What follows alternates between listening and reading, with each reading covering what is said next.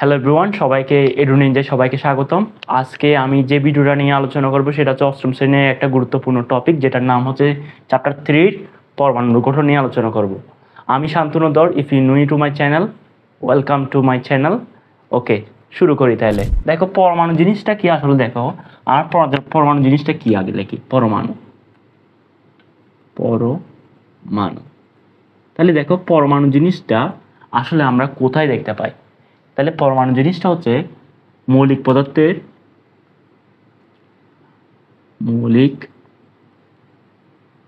পদার্থের ক্ষুদ্রতম এককে আমরা কি বলি? ক্ষুদ্রতম এককে আমরা বলি পরমাণু। তাহলে এতটুকু বুঝে গেছে? ঠিক আছে। তাহলে এখন এই পরমাণু জিনিসটা আমরা কোথায় কোথায় দেখতে পাই? পৃথিবীতে যত কিছু বস্তু আছে, যত কিছু পদার্থ আছে, সবগুলোর মধ্যে এই পরমাণুটা এক্সিস্ট করে। ঠিক আছে। এখন এই পরমাণু জিনিসটার খুবই খুবই গুরুত্বপূর্ণ। এই পরমাণু জিনিসটা কি দিয়ে গঠিত? তাহলে এই জিনিসটা আমরা সবকিছু আগে দেখতে হলে পরমাণু রিয়েল লাইফ উদাহরণ কি কি দেখো। তাহলে পরমাণু, তুমি যদি পর্যায় সারণী দেখো, পর্যায় সারণীর মধ্যে যেসব জিনিস আছে, যেমন হাইড্রোজেন একটা পরমাণু, হিলিয়াম একটা পরমাণু। ঠিক আছে। তাহলে এইগুলো 118টা পরমাণু কি তোমার এই পর্যায় সারণীতে আছে। ঠিক আছে। এগুলো সবগুলো কিন্তু পরমাণু, মনে রাখবা এটা। ঠিক আছে। আর এরপরে আমরা আরেকটা জিনিসটি পড়ব, সেটা হচ্ছে পরমাণু কিভাবে গঠিত হয়। টাইটেল লেখো, পরমাণুর গঠন। পরমাণুর গঠন। আচ্ছা, তাহলে পরমাণুর গঠনটা কি দিয়ে গঠিত? পরমাণু, তোমাদের প্রশ্ন আসতে পারে পরমাণু কি দিয়ে গঠিত। তাহলে তোমরা বলবা পরমাণু গঠিত হয় 3টা জিনিস দিয়ে। Shortcut key? প্যান মনে রাখবো। কি মনে রাখবো? প্যান। প্যান অর্থ কি? দেখো প্যান, প্যান দেখো প্যান হচ্ছে, এখানে পি দ্বারা মনে রাখবো কি? প্রোটন। কি মনে রাখবা? প্রোটন। আর ই ফর হচ্ছে তোমার কি? ইলেকট্রন।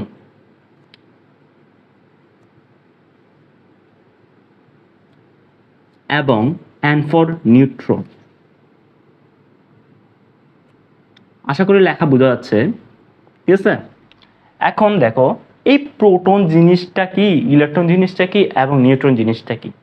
দেখো এইখানে তুমি যদি একটা পরমাণুকে কল্পনা করো, পরমাণু অনেক ক্ষুদ্রতম একক, আমরা বলছিলাম মৌলিক পদার্থের ক্ষুদ্রতম এককে আমরা কি বলছিলাম? পরমাণু বলছিলাম। এখন পরমাণুটা দিয়ে অনেক বস্তু গঠিত হয়। ঠিক আছে। তাহলে পরমাণু জিনিসটা দেখতে কি এরকম, দেখো এটা যদি একটা পরমাণু হয়, পরমাণুর একটা অবশ্যই কি থাকবে? কেন্দ্র থাকবে। এই কেন্দ্র নাম দিছে তোমার, এই কেন্দ্রটাকে বলা হয় তোমার কি? নিউক্লিয়াস।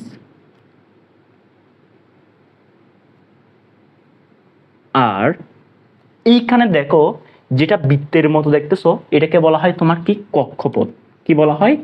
কক্ষপথ। এটা নিয়ে আমরা পরবর্তী ক্লাসের মধ্যে, যখন এখানে পরমাণু, যখন এখানে অনেক কিছু আছে, এই পরমাণু কক্ষপথ নিয়ে আমরা পরবর্তী ভিডিওতে আমরা আলোচনা করব। ঠিক আছে। এখন দেখো এই নিউক্লিয়াস জিনিসটা কি, এই কক্ষপথ জিনিসটা কি, এটা কেন দিছে? আসলে তোমরা যখন একজন বিজ্ঞানীর নাম শুনে থাকবা, যে নিউক্লিয়াস আবিষ্কার করছে, সেটা হচ্ছে কি? রাদারফোর্ড। কে? রাদারফোর্ড।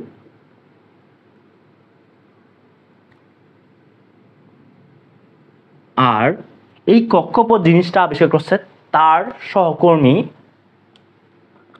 বোর। মনে রাখবা এটা। এগুলো তোমাদের বইয়ে আছে কিন্তু সুন্দরভাবে দেওয়া নাই। ঠিক আছে। আছে কিন্তু। তাহলে দেখো এই নিউক্লিয়ার জিনিসটা কি, কক্ষপথ জিনিসটা কি। তাহলে দেখো নিউক্লিয়াস জিনিসটা হচ্ছে কি? পরমাণুর কেন্দ্রকে আমরা কি বলি?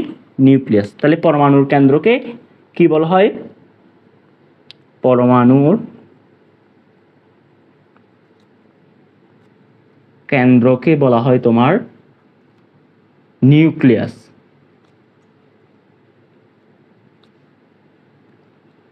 আর কক্ষপথ হচ্ছে, এখানে কক্ষপথের মধ্যে তোমার ইলেকট্রন ঘুরতে থাকে। ঠিক আছে। ইলেকট্রন ঘুরতে থাকে। ঠিক আছে। এই ইলেকট্রন জিনিসটা পরমাণুকে কেন্দ্র করে ঘুরতে থাকে। এটা হচ্ছে, এটাকে বলা হয়, এই যে রাস্তা বরাবর ঘুরতে থাকে সেটাকে বলা হয় তোমার কি? কক্ষপথ বা অরবিট।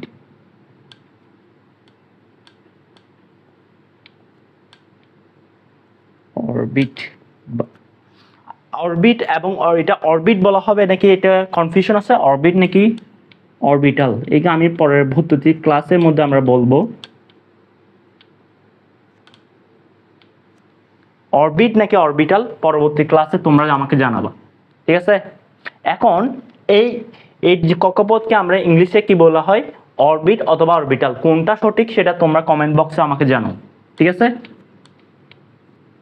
ঠিক আছে, এখন দেখো এই নিউক্লিয়াসটা, এই দেখো এখানে দেখো এই ইলেকট্রনটা কি করবেন, ইলেকট্রনটা এই কক্ষপথের মধ্যে ঘুরতে থাকবে, আর নিউক্লিয়াসের মধ্যে তোমার থাকবে কি প্রোটন এবং নিউট্রন। তাহলে আমরা এখন শর্টকাটে কি এখন সবগুলো সামারাইজ করব, এই বোর্ডের মধ্যে সব যেগুলো আছে সবগুলোকে আমরা এখন সামারাইজ করি। দেখো এই প্রোটন এবং নিউট্রন থাকে তোমার কোথায়, পরমাণুর পরমাণুর পরমাণুর কেন্দ্রে, ঠিক আছে। আর ইলেকট্রন যেটা থাকে সেটা হচ্ছে বাইরে, ঠিক আছে। এরপরে দেখো এই জিনিসটা পরমাণু কেন্দ্রের মধ্যে যেটা থাকে এটা পজিটিভ নাকি নেগেটিভ। এখন দেখো বাইরে ইলেকট্রন যেটা আছে এটা হচ্ছে তোমার কি নেগেটিভ, তাহলে এটা চার্জ হচ্ছে কি এরকম নেগেটিভ চার্জ বিশিষ্ট, এটা কিন্তু মনে রাখবা। আর এইখানে তোমার প্রোটন জিনিসটা যেটা আছে এটা কিন্তু পজিটিভ চার্জ বিশিষ্ট, এটা কিন্তু পজিটিভ চার্জ বিশিষ্ট। আর এই নিউট্রন যেটা আছে এটা কোনো চার্জ নাই, এটা কি নাই, চার্জ বিহীন, এটাকে কি বলা হবে, চার্জ বিহীন, ঠিক আছে। তাহলে এখন এই চ্যাপ্টারটা আমাদের এই এতটুকুর মধ্যে আমাদের কি কি শেষ হয়েছে, দেখো আমার পরমাণু কাকে বলে বলছি, পরমাণু গঠন সম্পর্কে জানছি, পরমাণু কেন্দ্রের ভিতর কি কি থাকে, ঠিক আছে। পরমাণু কেন্দ্রে থাকে তোমার কি প্রোটন এবং নিউট্রন, এবং বাইরে ঘুরতে থাকে তোমার কি এই ইলেকট্রন। পরমাণু যেটা ইলেকট্রন যেটা ঘুরতে থাকে সেটাকে আমরা বলছিলাম কক্ষপথ, এবং পরমাণুর কেন্দ্রকে আমরা বলছিলাম নিউক্লিয়াস, এতটুকু, ঠিক আছে।